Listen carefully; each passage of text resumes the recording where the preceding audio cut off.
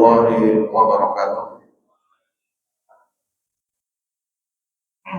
Alhamdulillah, nahmaduhu wa nasta'inuhu wa nastaghfiruh wa na'udzu billahi min shururi anfusina wa min sayyiati a'malina.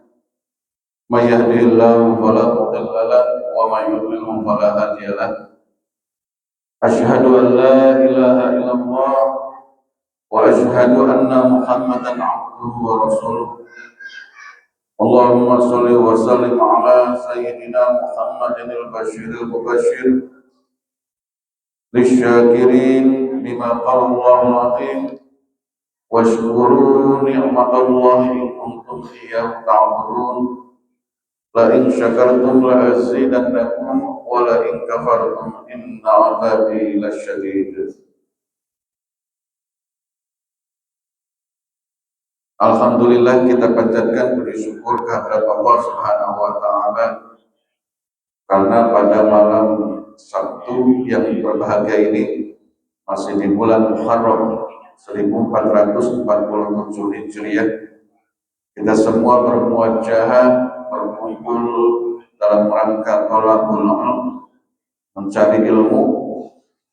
Mudah-mudahan Allah senantiasa memberikan limpahan rahmat dan hidayahnya kepada kita semua di dunia maupun di akhirat. Salawat dan salam tentunya Allah limpah dan curahkan kepada junjungan Nabi besar kita Nabi Muhammad SAW, pada keluarganya, para sahabatnya, dan kita sebagai para pengikutnya pun mendapatkan syafaat kelak di hari akhir. Bapak-bapak, ibu-ibu, saudara, adik-adik, jamaah Masjid Baitus Salam, hadani Allah wa iyyakum.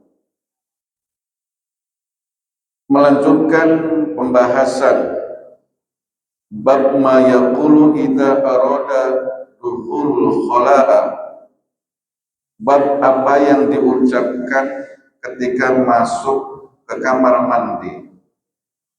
Hadatsana Yahya ibnu Yahya akhbarana Imam ibnu Zaid wa qala Yahya aidan akhbarana Husain kilahuma an Abdul Aziz ibnu Muhaib an Anasin fi hadisin Hamad kana Rasulullah sallallahu alaihi wasallam idza dakhala al-khala'a wa fi hadisin Husaimin anna Rasulullah sallallahu alaihi wasallam kana idza dakhala katifa qala Allahumma inni a'udzu bika minal khubuthi wal khaba'is.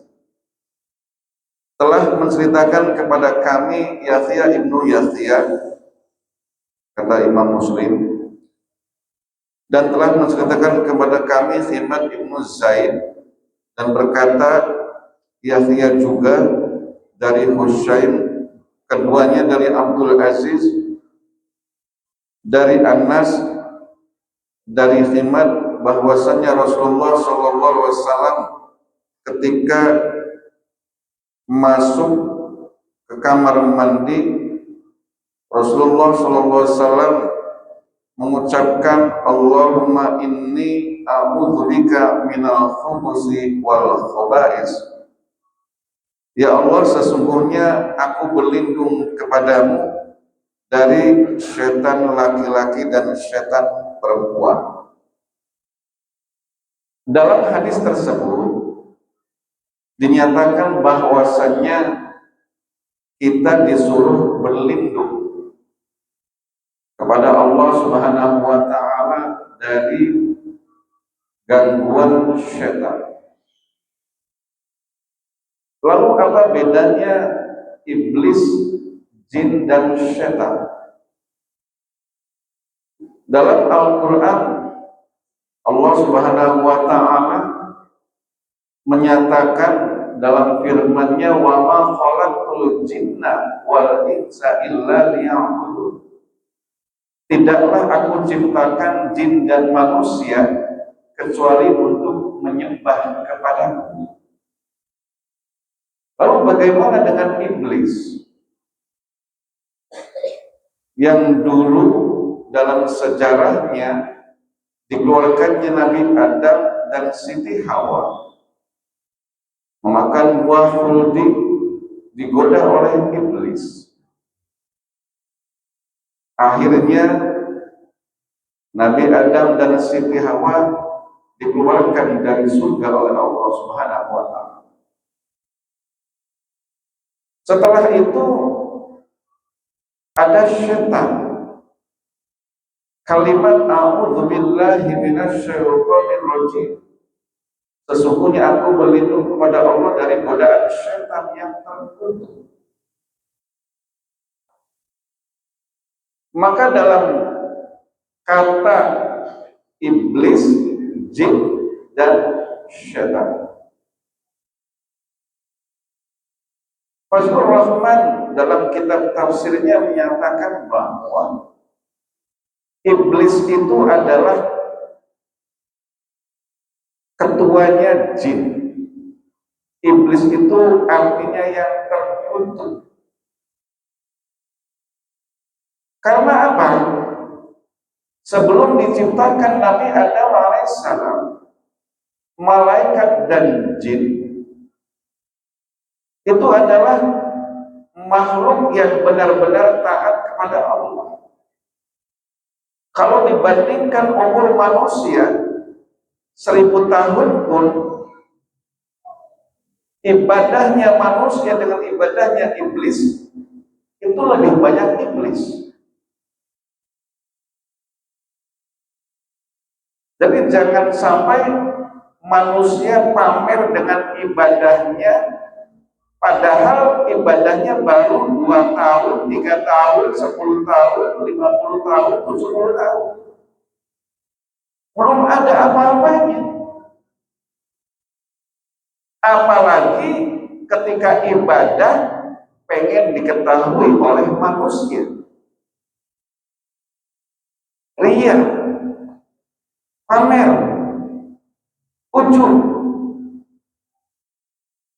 Nah, hal itulah yang akhirnya iblis sebegitu lamanya beribadah kepada Allah Subhanahu wa taala dengan malaikat, namun akhirnya dikeluarkan juga dari surga.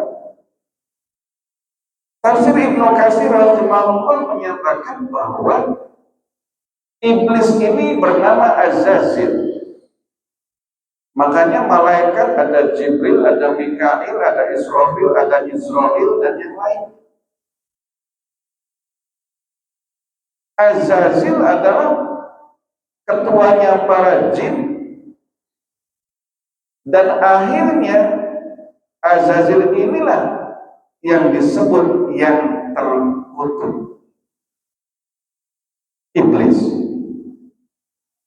Sampai akhirnya Azazil sendiri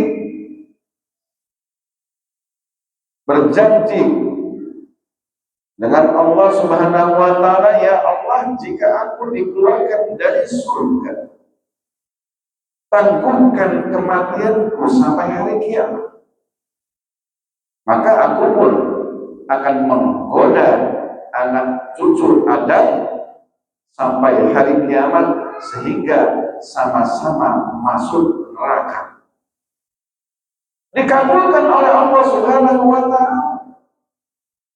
Maka hanya kematian Azazil sendiri yang tidak pernah meninggal dunia sampai sekarang, sampai hari kiamat.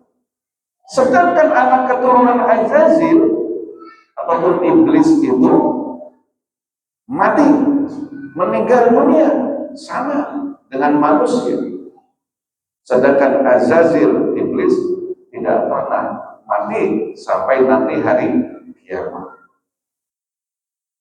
Bapak-bapak, ibu-ibu, saudara, adik-adik jamaah Masjid Baitul Salam hadani Allah wa iyyakum. Maka jin tercipta dari api, merasa dirinya lebih baik, merasa dirinya lebih mulia ketimbang Adam yang diciptakan dari tanah. Maka akhirnya jin sombong, takabur. Hal inilah yang akhirnya menempel pada manusia juga, maka disebut syaitan. Ada syaitan jin dan ada syaitan manusia. Syaitan itu adalah sifat yang buruk. Sifat yang buruk ada pada jin, ada juga pada diri manusia. Maka sifat-sifat yang buruk inilah mempengaruhi jin dan manusia supaya mereka tidak mau menyembah kepada Allah Subhanahu wa taala. Maka Rasulullah mengajarkan ketika masuk ke WC, ke kamar mandi, berdoa, Allahumma inni a'udzubika minal khubuthi wal khaba'is. Ya Allah, sesungguhnya aku berlindung kepadamu dari setan laki-laki dan setan perempuan. Setan inilah sifat yang buruk yang ada pada diri jin, ada juga pada diri manusia. Kenapa? Karena manusia pada saat di kamar mandi bisa saja melakukan hal-hal yang tidak baik. Entah itu mencoret-coret dinding kamar mandi, entah itu kencingnya tidak disiram, begitu pula BAB-nya dan sebagainya. Itu sifat yang buruk ada pada diri manusia. Maka manusia yang kencingnya tidak disiram ataupun BAB-nya yang tidak disiram, itulah syaitan. Jadi syaitan itu bukan hanya jin, tapi manusia juga. Aja ngomongnya nyalakan setan, setan beli terima, enak baik nyalakan kita salah apa dari setan? Setan hanya membisikkan min syarril waswasil khannas alladzi yuwaswisu fi sudurin nas minal jinnati wan nas. Jadi membisikkan, memberikan rasa waswas ke dalam dada manusia.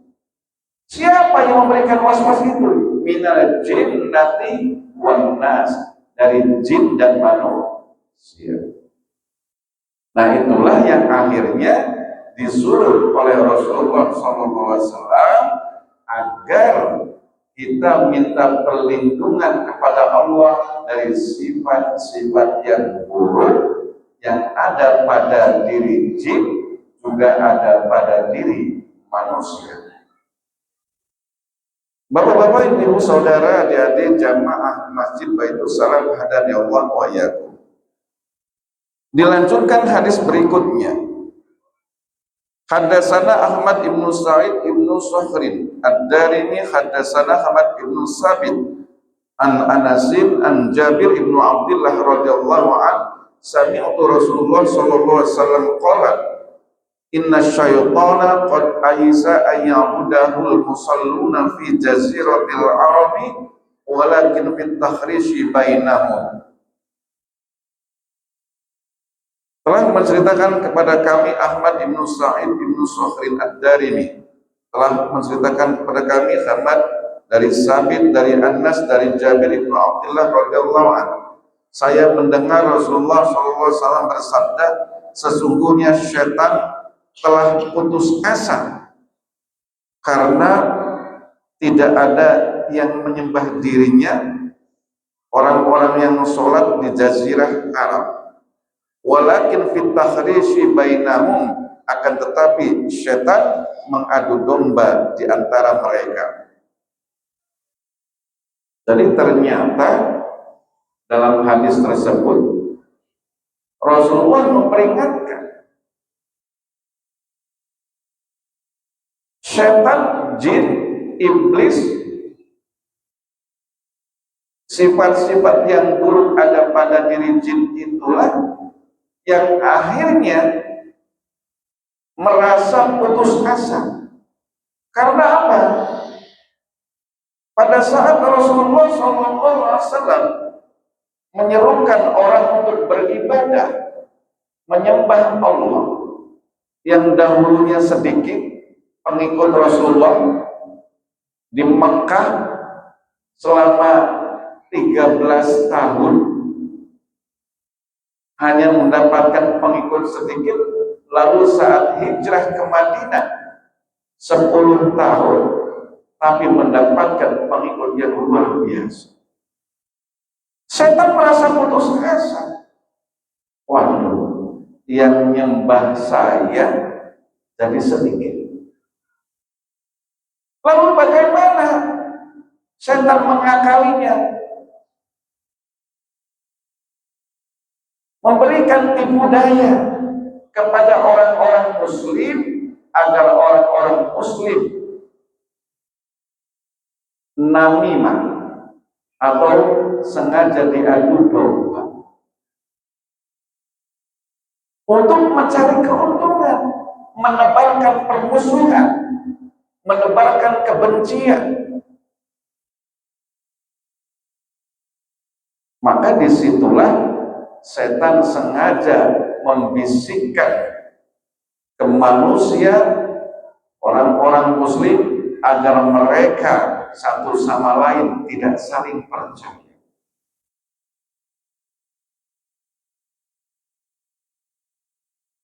Maka akhirnya kasus yang terjadi ketika Khalifah Ali karramallahu wajhah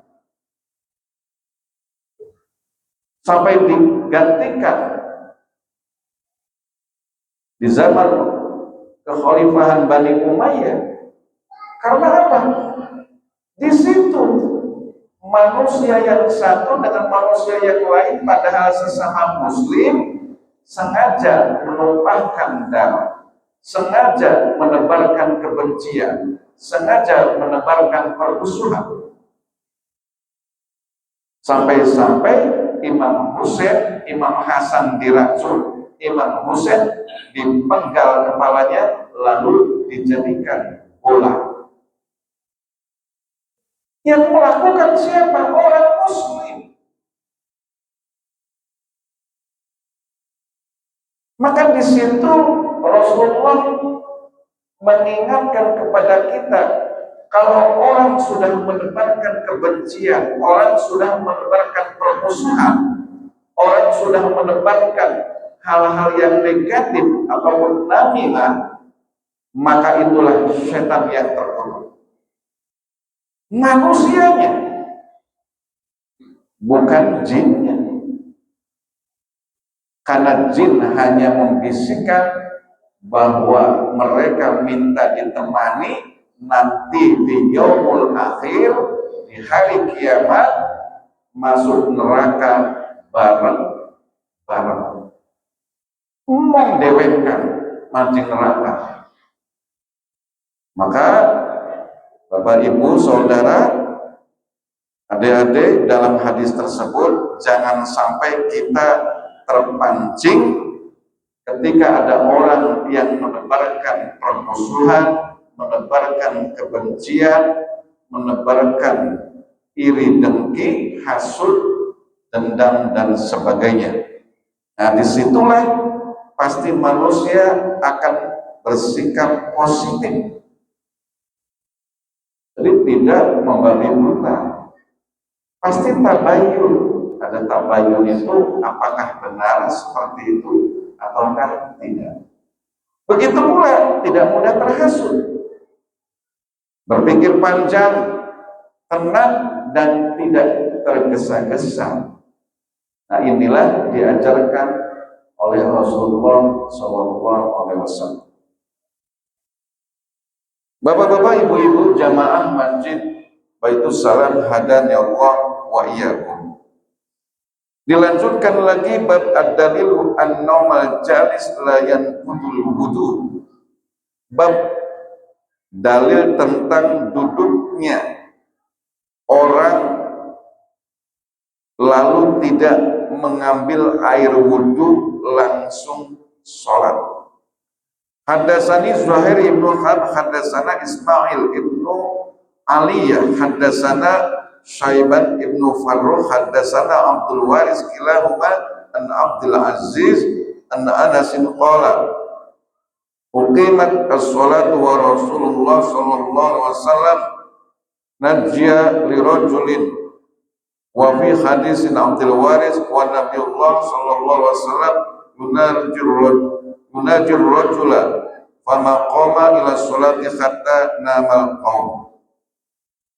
Telah menceritakan kepada saya dari Zuhair ibnu Harb, telah menceritakan kepada kami Ismail ibnu Aliyah, telah menceritakan kepada kami Syaiban ibnu Farrukh, telah menceritakan kepada kami Abdul Waris, keduanya dari Abdul Aziz dari Anas, lalu berkata bahwasannya saya langsung berdiri ketika melihat Rasulullah SAW melaksanakan ibadah sholat, sedangkan saya pada saat itu duduk tidak wudhu lagi. Maka Nabi SAW membisikkan kepada seorang laki-laki sehingga laki-laki itu tertidur, lalu setelah tidur sebentar dalam duduknya dan akhirnya bangun untuk melaksanakan sholat tanpa wudhu. Jadi dalam hadis tersebut dinyatakan bahwasannya ketika lagi duduk lalu tertidur sebentar, setelah itu ada isya, misalnya sekarang lagi pengajian ngantuk, wis ngantuk tidur dulu, temu-temu adzan isya, apakah harus berwudu? Tidak. Ketika duduknya orang yang ada di dalam masjid posisinya pada saat itu masih berwudu, masih punya wudu, lalu bangun, setelah bangun terus langsung sholat, tidak wudu lagi. Karena apa? Duduknya menurut Imam Syafi'i pada saat sila ini kan rapat antara dua paha kanan dan paha kiri. Ini kalau duduknya bersila. Ketika bersila inilah yang akhirnya membuat lubang di anus itu tertutup, tidak kentung, begitu pula tidak kencing. Berbeda halnya dengan pada saat selonjoran, duduknya selonjor, nah begini, selonjor tertidur, itu ada khawatir apa? Terbukanya antara paha kanan dan paha kiri, lalu lubang anusnya pun ikut terbuka. Sadar harus kentut. Nah ini yang akhirnya ada keraguan-keraguan, apakah harus wudu ataukah tidak. Tapi kalau meyakini bahwasannya ketika tidur tidak kentut, maka boleh langsung sholat. Berbeda halnya ketika tidak yakin, wah nggak yakin nih, kayak nggak enak, maka berwudulah. Nah itu tentang bagaimana ketika duduknya orang yang di dalam masjid lalu masih punya wudu. Bapak-bapak, ibu-ibu, saudara, adik-adik jamaah Masjid Baitul Salam hadani Allah wa iyyakum. Dilanjutkan berikutnya kitabus shalah, kitab tentang salat. Bab badaul adzan. Bab tentang dimulainya adzan.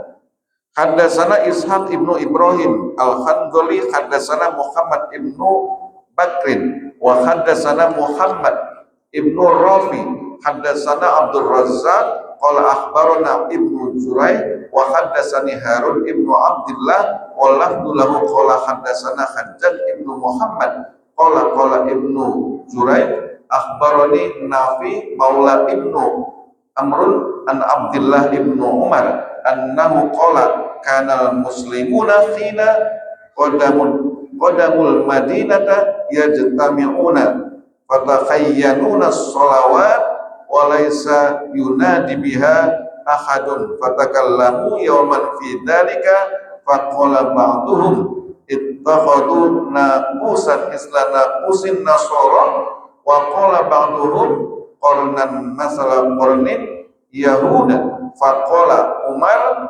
awala tab'asuna rajulan yunadi bis salati qala Rasulullah sallallahu alaihi wasallam ya Bilal kum fanadi bis salat.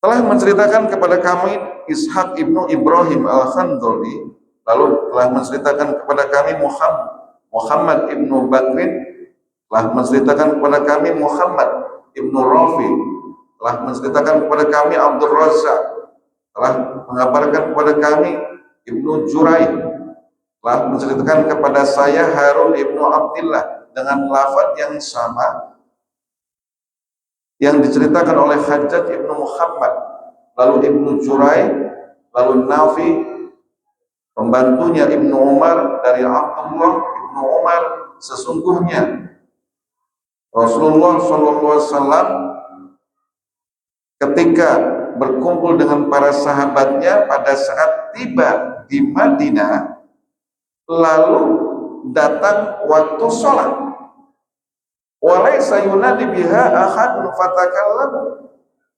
dan tidak ada seorang pun yang berdiri untuk melaksanakan sholat, lalu sahabat sebagian dari mereka berkata, wahai para sahabat, kenapa kalian tidak memanggil dengan lonceng supaya orang-orang melaksanakan sholat seperti halnya orang Nasrani? Lalu sebagian lagi berkata, kenapa tidak membunyikan trompet seperti halnya orang-orang Yahudi? Lalu Umar bin Khattab radhiyallahu an berkata lagi, apakah tidak ada seorang laki-laki satupun yang memanggil untuk melaksanakan ibadah sholat? Maka Rasulullah SAW bersabda, ya Bilal, kum fanadi bis sholat. Bilal, berdirilah, lalu panggillah dengan adzan untuk sholat. Ini sejarah adzan sendiri. Sebelum Bilal adzan, sahabat bingung, ini caranya gimana untuk memanggil orang sholat. Dulu orang Nasrani memakai lonceng, sampai sekarang lonceng. Jadi pertanda ibadahnya orang Nasrani itu pakai lonceng. Sahabat, wah bagaimana sama dengan orang Nasrani? Lalu sahabat lain ngomong lagi, kalau trompet gimana? Seperti halnya orang Yahudi.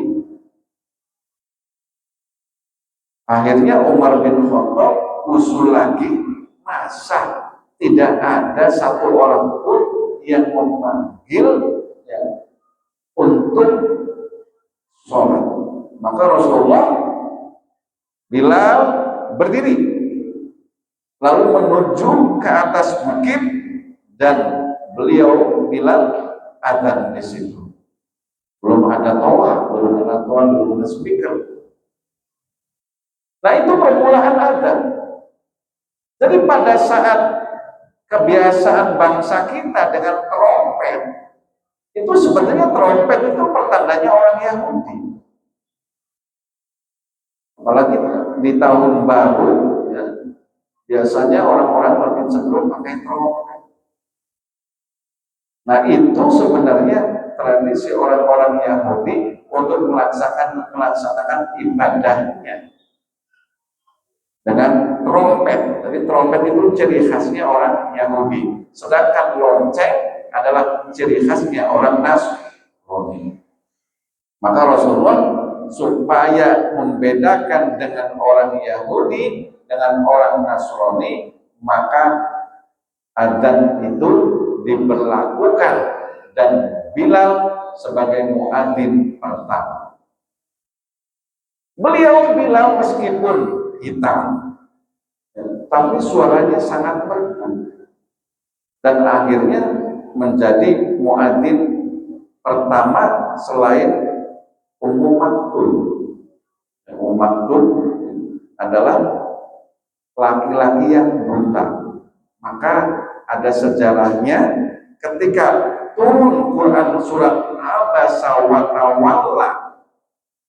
Ini surat Abasa itu Rasulullah berpaling muka. Ana sing teka wong buta tapi beli diladeni. Padahal Ummu Maktum itu pengen belajar agama. Malah Rasulullah fokus kepada orang-orang kafir Quraisy, pembesar-pembesar Quraisy, Abu Lahab, Abu Jahal. Tapi mereka semua tidak pernah masuk Islam dan tidak pernah mau menuruti perintah ajakan untuk beribadah kepada Allah. Sedangkan Ummu Maktum meskipun buta, maka beliau belajar agama dengan benar-benar kepada Rasulullah SAW. Nah, inilah yang akhirnya diperintahkan oleh Allah, Abasa wa Tawalla. Kenapa engkau berpaling ya Rasul kepada orang yang pengen benar-benar belajar agama tapi bermuka masam? Rasulullah cuek, ditegur langsung oleh Allah. Nah, inilah yang menjadi pelajaran bagi kita semua, bahwasannya yang namanya belajar itu ada ketulusan, ada keikhlasan, ada niat yang benar-benar, bukan hanya ikut-ikutan, tapi mencari ridho Allah Subhanahu wa Ta'ala. Bapak-bapak, ibu-ibu, jamaah Masjid Baitul Salam hadani Allah wa iyyakum. Sebelum berakhir 4 sampai 5 menit lagi ya. Sudah.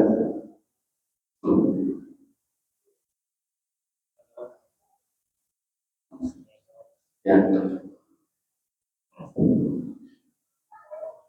Baik Bapak Ibu sekalian, para jamaah, ada waktu kurang lebih menit. Jika ada yang perlu ditanyakan, dipersilakan.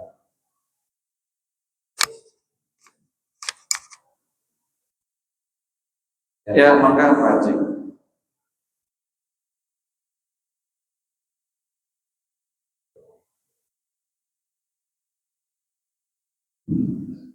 Dari budaya bangsa dan diawali perbedaan antara iblis, jin dan setan. Namun dalam budaya berikutnya terus terang saya kurang mudeng. Pertama yang saya tangkap bahwa iblis itu adalah keduanya jin atau rajanya jin ya. Berarti iblis itu jin juga Sama. Nah, terus bahwa anak keturunan iblis itu juga mati seperti manusia. Itu yang saya tangkap Pak. Ya. Terus kemudian setan. Setan yang saya tangkap itu ada pada manusia dan juga pada jin. Nah, tetapi menurut pendapat pribadi bahwa setan itu sebenarnya adalah sifat, bukan apa ya, kalau dikatakan muncul ya. Tapi ya, dan saya mengulanginya pernah gitu ya. Nah, terus berarti antara iblis dan jin sebenarnya ada bedanya. Nah, setan ini sebenarnya apakah ada? Sebenarnya karena di dalam Al-Quran maupun hadis tadi punya ada setan yang tertutup, ada setan laki, ada setan perempuan, gitu ya. Nah, itu mungkin dulu jelas. Ya. Yang kedua, Pak, Ya. agar itu bagaimana kalau dilakukan oleh anak kecil atau orang yang bertua? Ya. Terima kasih. Ya. Langsung jawab dulu ya. Nanti baru apa ada lagi yang mau menambahkan? Ibu barangkali ada.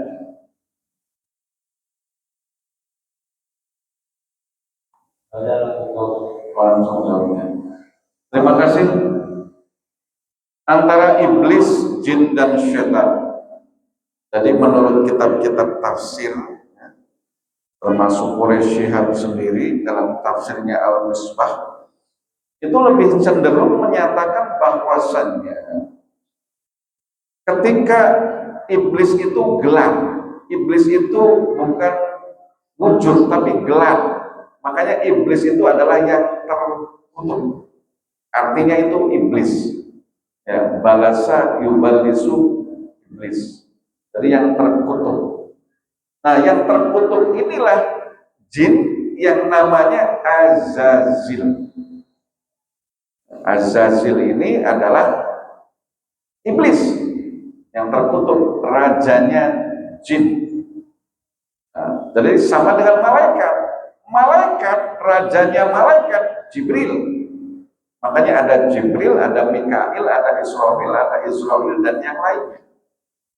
Imam Tabatabai sendiri menyatakan bahwa perbandingannya Allah menciptakan manusia dengan menciptakan jin lalu menciptakan malaikat, lebih banyak mana? Perbandingannya 1:100. Allah menciptakan 100 malaikat, menciptakan 10 jin, dan menciptakan 1 manusia. Ini perbandingan yang menurut Imam Tabatabai. Malaikat diciptakan 100, jin 10, manusia 1. Jadi perbandingan jauh. Jadi kalau hitung-hitungan lebih banyak mana antara manusia dengan malaikat? Lebih banyak malaikat. Cuma yang wajib diketahui hanya 10. Jin lebih banyak ketimbang manusia. Maka pada saat malaikat Israel sebagai rajanya pencabut malaikat maut, beli puyeng. 2 anak buah pirang-pirang. Jadi bahasa kita mah anak Israel siji, Israel loro, Israel telu, Israel papat, Israel 5, sampai Israel seterusnya. Maka dalam detik yang sama, dalam waktu yang sama, gampang untuk mencabut nyawa. Ini main secara logika. Karena tadi Allah menciptakan malaikat lebih banyak ketimbang jin atau manusia. Di saat pengajian, di saat tolabul, manusia yang hadir bisa dihitung. Padahal kalau misalnya tahu malaikat hadir di sini lebih banyak ketimbang manusianya. Maka di situ memang yang namanya setan itu adalah sifat yang buruk. Jadi Allah menyatakan wa ma khalaqul jinna, tidaklah aku ciptakan jin wal insa dan manusia illa liya'budun, kecuali untuk menyembah kepada. Nah, sifat yang buruk ini ada pada diri jin, ada juga pada diri manusia. Padahal ibadahnya manusia dengan ibadahnya jin itu lebih banyak jin. Jadi amun ngomong wirid, amun ngomong sholat, ibadahnya jin itu lebih banyak ketimbang ibadahnya manusia. Makanya ada jin-jin, termasuk jin korin, ya, jin yang ada pada diri manusia mirip dengan manusia itu. Sedangkan Rasulullah ketika ditanya, ya Rasul, apakah engkau pun memiliki jin korin? Ya, sama. Saya juga punya jin korin. Tapi jin korinku, kata Rasulullah, sudah ditundukkan oleh Allah Subhanahu wa Ta'ala. Maka orang-orang yang mati bunuh diri lalu menampakkan dengan sosok seperti katakanlah sama, sebenarnya itu adalah bukan orangnya yang bunuh diri, tapi jin korinnya itulah yang menampakkan diri. Nah, ini kadang orang salah persepsi. Maka yang namanya jin itu tadi menggoda manusia, ada jin korin dalam diri manusia itu. Jin itu bisa membawa kebaikan kalau dibisiki dengan hal-hal yang baik. Maka menurut Syekh Abdul Qadir Al-Jilani dalam kitabnya Al-Bunya, ketika manusia lebih banyak melakukan kebaikan, maka yang membisikkan manusia itu adalah malaikat yang lebih banyak. Sedangkan pada saat manusia banyak melakukan keburukan, maka yang membisikkan manusia itu adalah jin. Jadi kalau manusianya enggak benar juga, memang ada bisikan jin. Tapi manusia juga salah. Salahnya apa? Sudah tahu membedakan mana yang baik dan mana yang buruk, tapi tetap saja melakukan hal yang buruk. Nah ini, akhirnya disitulah sifat yang tidak baik. Termasuk tadi yang kedua, Adam. Adam itu yang diutamakan adalah orang yang sudah balik, yang sudah dewasa. Tapi Adam juga harusnya suaranya yang bagus. Dulu megang-megang, ya kulit tugel ning dalan, Nabi asyhadu anna Muhammadan mantep. Nah, itu tidak sempurna adanya. Boleh nggak? Boleh, tapi nggak sempurna. Maka yang namanya muadzin sendiri, Rasulullah itu memilih Bilal dan Ummi Maktum. Karena apa? Suaranya merdu, suaranya bagus. Jadi muadzin itu ya kalau bisa dipilih yang bagus. Ya, bukan berarti yang lain nggak boleh, boleh. Itu saja yang dapat disampaikan, mudah-mudahan bermanfaat. Maka ditutup dengan doa majlis, subhanakallahumma wa bihamdika asyhadu an la ilaha illa anta wa astaghfiruka wa atubu ilaik. Wallahul muwaffiq ila aqwamit thoriq. Akhirul kalam. Assalamualaikum warahmatullahi wabarakatuh.